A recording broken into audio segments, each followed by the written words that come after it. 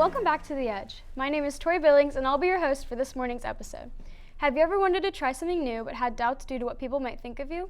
Stereotyping is making assumptions about somebody by the way they dress, act, look, or speak. Stereotypes also come into play with society in groups of race, religion, and gender. 6 in 10 people aged 14 to 24 have admitted to feeling confined by what society expects them to be. Unfortunately, these kinds of stereotypes can have long-term effects on work ethic, motivation, and mental health.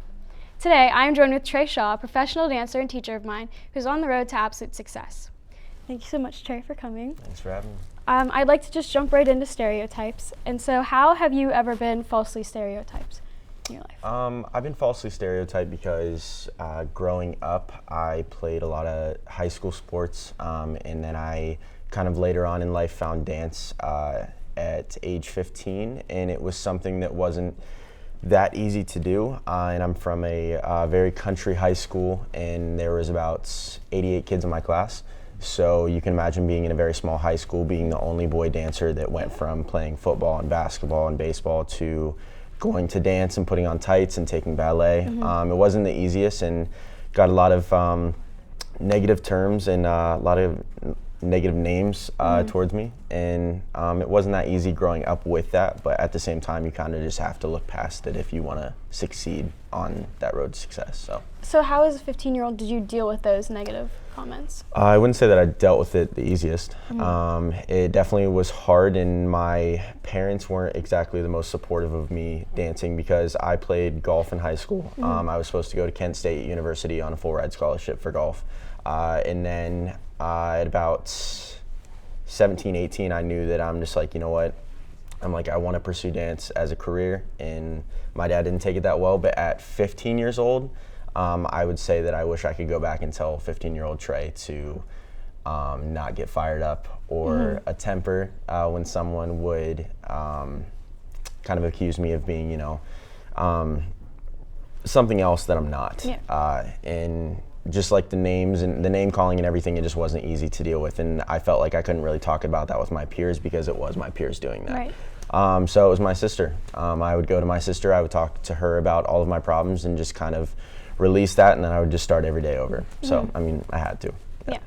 So when you started at your studio, how did your teachers and your dance peers feel? Were you the only boy, or? I wasn't the only boy, but I definitely was the oldest boy. I think the boy that was closest to me was probably 4 years younger than me.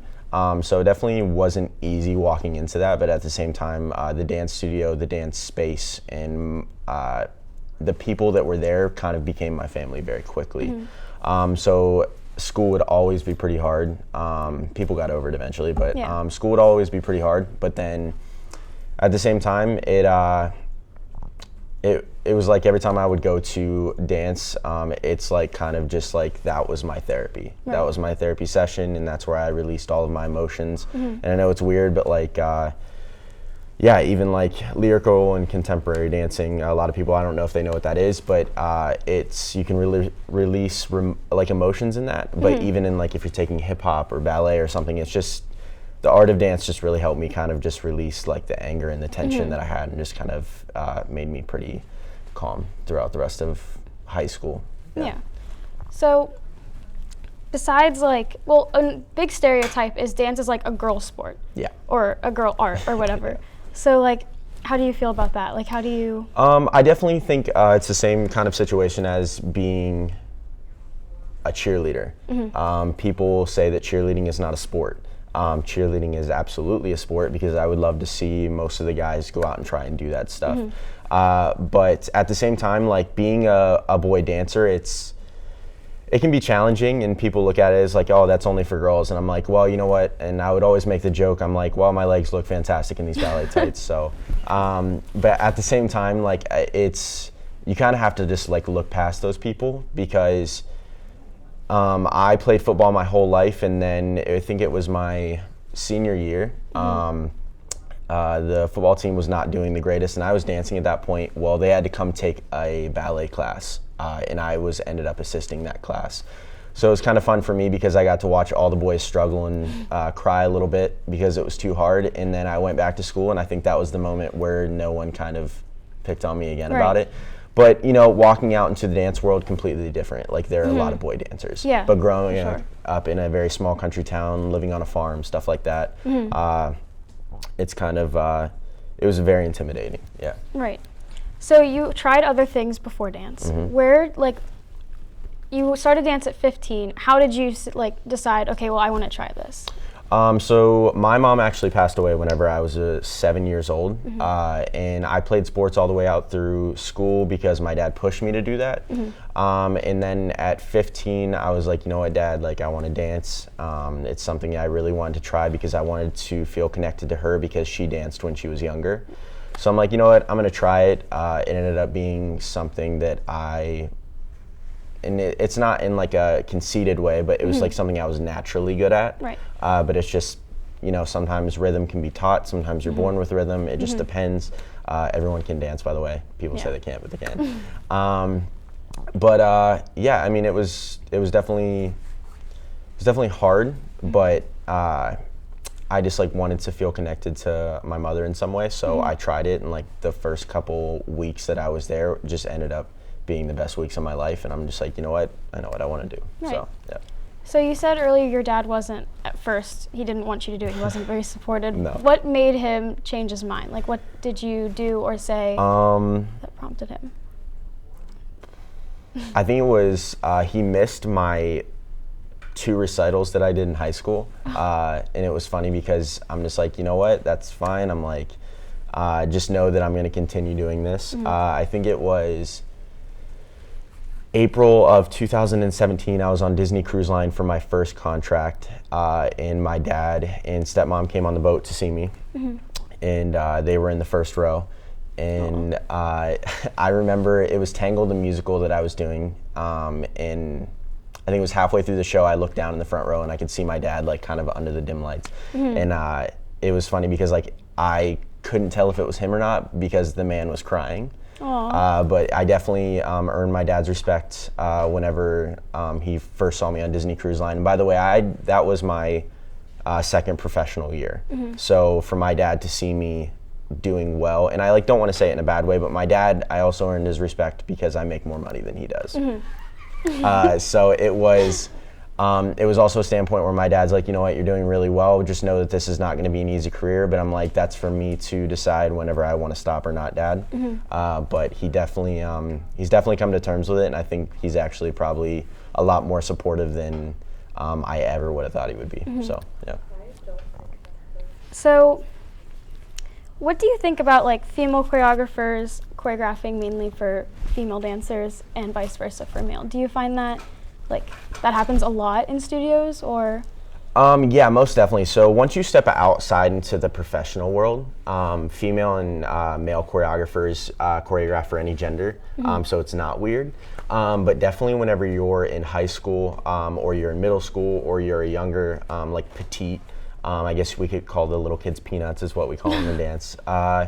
It's definitely a weird standpoint because being a male choreographer for me and going into a studio and it's all girls, they can definitely look at me weird, but then I have them sit down and I have a talk with them. I'm like, listen guys, you're gonna have to get out of the bubble that you're living in because you have to step outside of that realm. Like, it's not weird when a guy choreographs for girls, it's not weird when like a female choreographs for males. Like, it's not weird, but like guys and girls can take it weird because they're like, okay, should I be masculine or feminine when I'm dancing? That's whatever the choreographer tells you to do. That's just how the dance world is. People that are in the professional world, like I said, are used to it.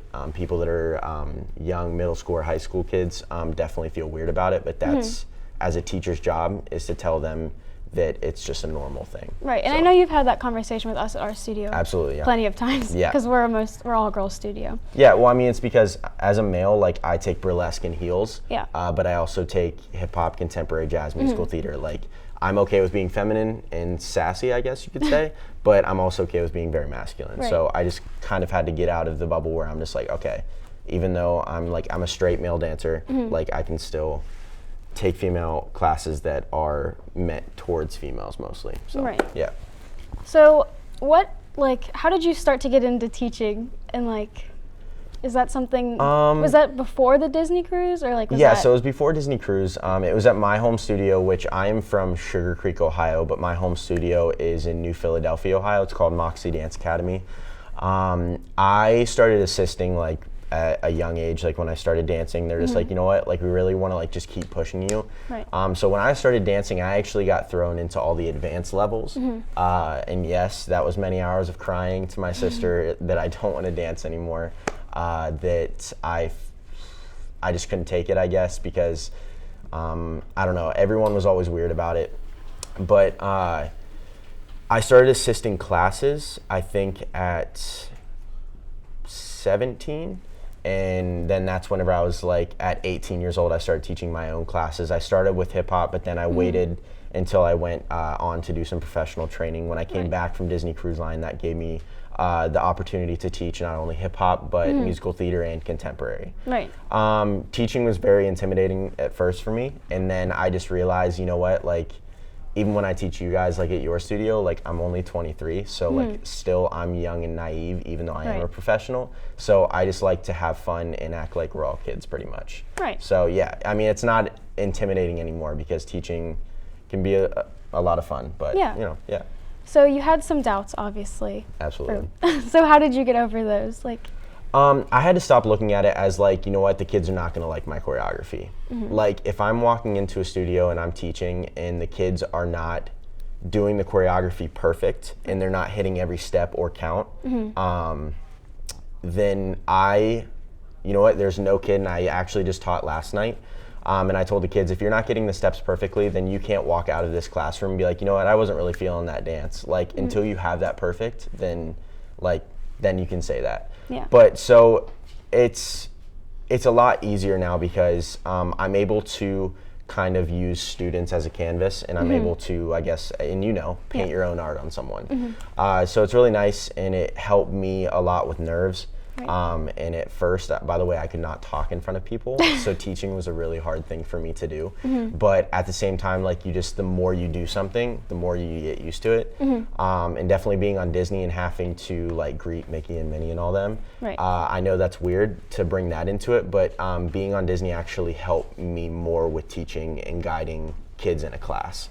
So because like when you have to guide guests doing something on a ship, it's really easy to just guide kids because they're very young and naive and they'll do what you say. So yeah. Well, we're gonna take a quick break, and when we come back, we'll discuss more of Trey's career. And yeah.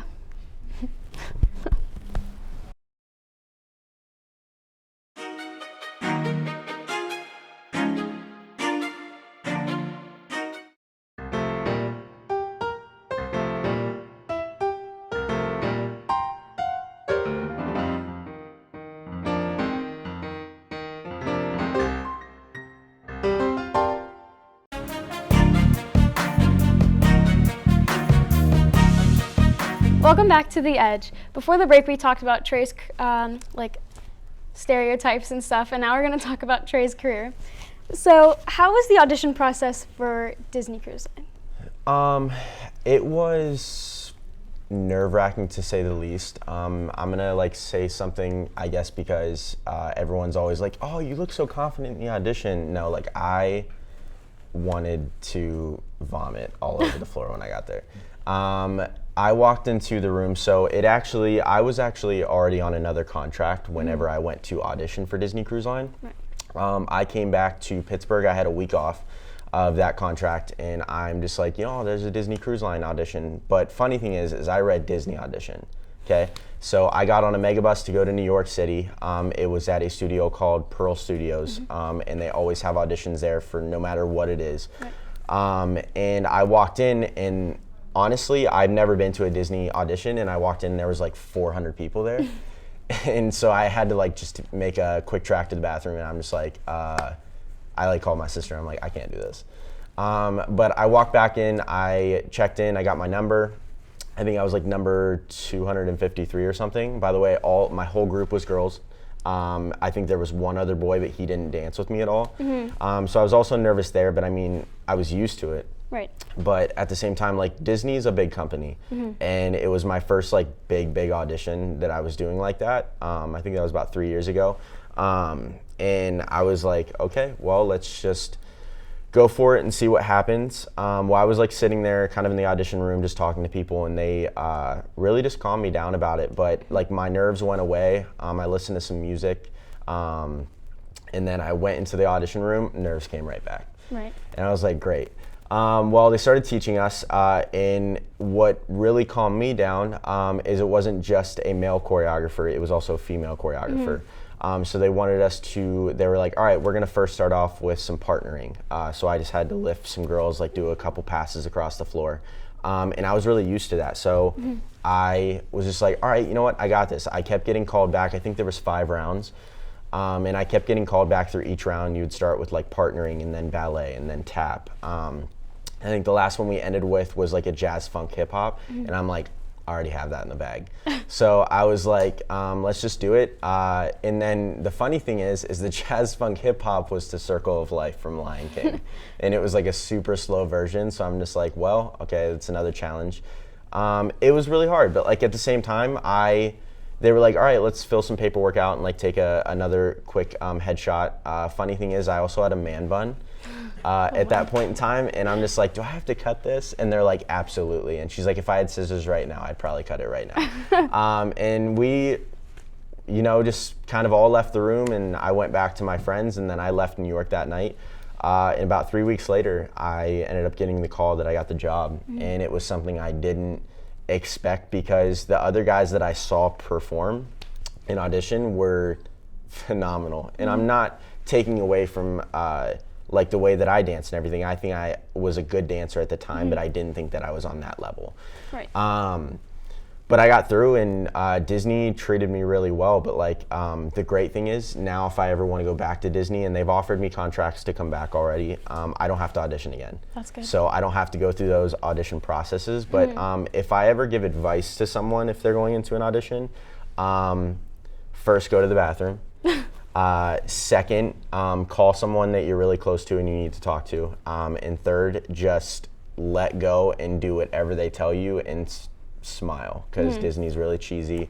But it's definitely a beautiful process, but you have to get through the nerves. Right. So, yeah.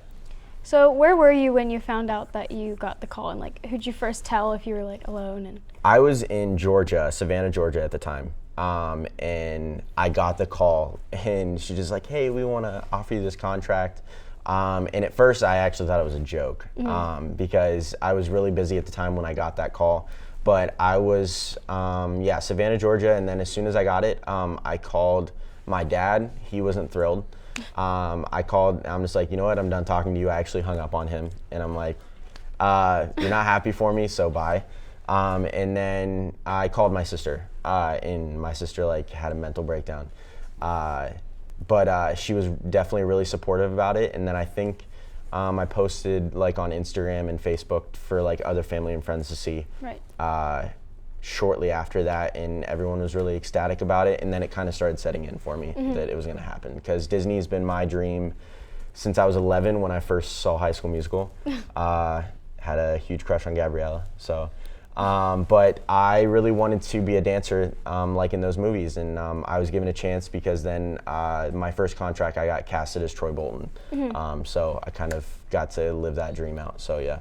So you hung up on your dad. Yeah. But then how did you have to tell him, like, look, this is real, I have to leave I actually sent him a form of my contract that I already signed. It was like I scanned it, and then I sent it in the mail to him, and he was just like, oh, okay. I think he took it more as a stab in the back, but I more just wanted to kind of prove to him that it was truthful and honesty. But then I think it really set in for him, because as soon as I got offered that, I had 4 days home, and then I left. And then I did back-to-back contracts, so I was gone for almost a little over a year and a half to straight. So yeah, I think it was hard for him, but happens. Was that scary, being gone for that long? No, absolutely not. I was like, cool, gives me more of a reason not to be in Ohio. And it was really cool because they told me it was Toronto first. So we would go to Toronto for 2 months. And then Toronto is a beautiful city, so I kind of got to experiment like with that. And then so after 2 months in Toronto, so you go from 9 to 6 every day for rehearsal. I wanted to cry because I never kind of danced that much in my life. But then after Toronto, you would go to Disney World. You would have like 3 days to spend there, kind of do whatever you wanted. I wasn't even old enough to drink around the world, so I didn't really get to enjoy myself that much. Everyone else was having a really good time, but I went to like Magic Kingdom, had a really good time, kind of got to live out my dream. By the way, that was my first time ever being to Disney. So I thought it was really cool. And then you get on the ships and you sign your life away for 6 months. Right. And everyone's just like, oh, I would love to live on a cruise ship. No. Living on a cruise ship for 6 months straight, and then I did that back to back, was probably one of the hardest obstacles I've ever had in my life, because it definitely tests your mental sanity. And you kind of have to find a whole new way of living. Coffee is not good on the ship either. So you kind of like wake up and you just kind of have to like naturally wake up and get yourself going. But then you get to, after like you get settled in, you get to go out in all these ports. You get to have a lot of fun. But yeah, I mean, you're dancing for probably about 45 to 50 hours a week, and then the rest you're greeting like Mickey, Minnie, Goofy, Chip and Dale, Donald, Daisy, the whole Mickey gang. So it definitely can be really hard, but at the same time, like you need to make sure when you make the decision to do something like that, like it's something that you love, because it takes a lot of time, a big chunk of time out of your life, and you want to make sure that's where you want your career to go. And I did it, like I said, and it was a really cool process to kind of figure out who I was in that process, because I didn't have any of my family around me. I had all these random strangers that became my family, but they helped me kind of grow into the person I am. So before you got, was this your first like professional job, you said, or like your second? It was probably my second, but it was my first like big professional job. It was something that I could put on my resume that said Disney. And like that's a huge company. And I was really nervous about it at first, but then I thought about like what it could do for me in the long run. And it opened so many doors for me to be able to work with Disney Cruise Line, to work with Disney World. And you got to think of like what is in the bowl that Disney owns. Like it's not only Disney World, Disney Cruise Line, it's ABC Family, it's ESPN. They have shares in everything. It's Marvel. And it took me on so many different paths that I didn't know. So not only dancing, they actually had a character drop out of the contract, and I just happened to fit the look. I already had blue eyes. I was already 6'3", so it put a blonde wig on, and it was, I had to do Thor for my second contract for Marvel. So I was friends with Thor. It was a lot of fun, but it was a whole different realm of something I wasn't used to. But it really helped me kind of grow in being versatile as a dancer, because like you're not just a dancer, you're a performer. So yeah, it was a cool process. So before the audition and everything, did you think that this is where your career was going to go, or did you think you were just going to go right into teaching, or? No, I didn't think that I was going to go with Disney, just because I didn't think it was realistic for me, but that's just because a lot of people told me it wasn't realistic. But at the same time, I just kind of took what people were telling me and threw that in the garbage. And I'm just like, I'm just going to create my own path in my own career. And I'm like, you know what, like I'll teach later on when I get back. But cool thing is I was offered a chance to choreograph a New Year's Eve piece for Disney Cruise Line. And then also like on the ship, I got to teach some dance classes, like Disney classes or like a jazz funk Zumba class to the guest. Then I also got to teach to my cast as well. We would always switch on and off each week. So it was really cool because it gave me practice in being a teacher coming home. So yeah. So you got to do like both on the ship, which is really cool. Awesome. Yeah. So where do you like see yourself in 10 years? Do you still want to dance? Like, do you still want to be on Disney, or do you want to do like movies, or? I will be straight up and say that no, I do not want to be with Disney in 10 years. I think they're an amazing company. I definitely left them on a good note, and if I go back, I want to leave them on a good note. Because if I ever want a fallback plan to where I want to retire, Disney is probably one of the biggest, if not the biggest company in the world, just entertainment-wise. So I would love to be able to retire with them, maybe eventually if it comes down to that. But at the same time, right now I'm just in the process of kind of building my career in the commercial industry and just trying to book a tour with an artist and whatnot. And like, it's not easy, but it's doable. And so, but honestly, I feel more that I want to have my own brand name or own company by the time that 10 years hits. And it's definitely possible, but like I said, like things are hard, but you just have to have the right people around you to do that. So yeah. So last question's kind of a little personal maybe. It's okay. Where do you think you would be right now without dance? Honestly, I mean, you said it's personal questions, so if you want an honest answer, honestly, I have a very bad example set for me whenever my mom died, because my mom didn't just die, she actually committed suicide. So it really took a turn on my life. And if I didn't have dance in my life, I probably would say, like, honestly, and I'm okay because I've said it before, I don't think that I would be here. It's not a good example to set for kids, but I want like kids to know that if you don't have something in your life that you love and you didn't find that thing, like, just always go back on your self-value, your self-worth, and like remember like what's important about you, and like never settle for something less than yourself. Right. If I didn't tell myself that as a 15-year-old, I don't even think I would have made it out of high school, honestly. Yeah, because it was really hard for me. Yeah, but. Yeah. All right. Well, thank you for watching this week's episode of The Edge. If you're passionate about something, go for it. Always try new things and don't focus on what other people think. If it weren't for Trey's passion for dance, he wouldn't be where he is today or where he will be tomorrow. We hope this segment has inspired you to break social norms and do what makes you happy. Thank you so much, Trey, for joining me today. Absolutely. Thanks for having me. Awesome. Until next time, PT.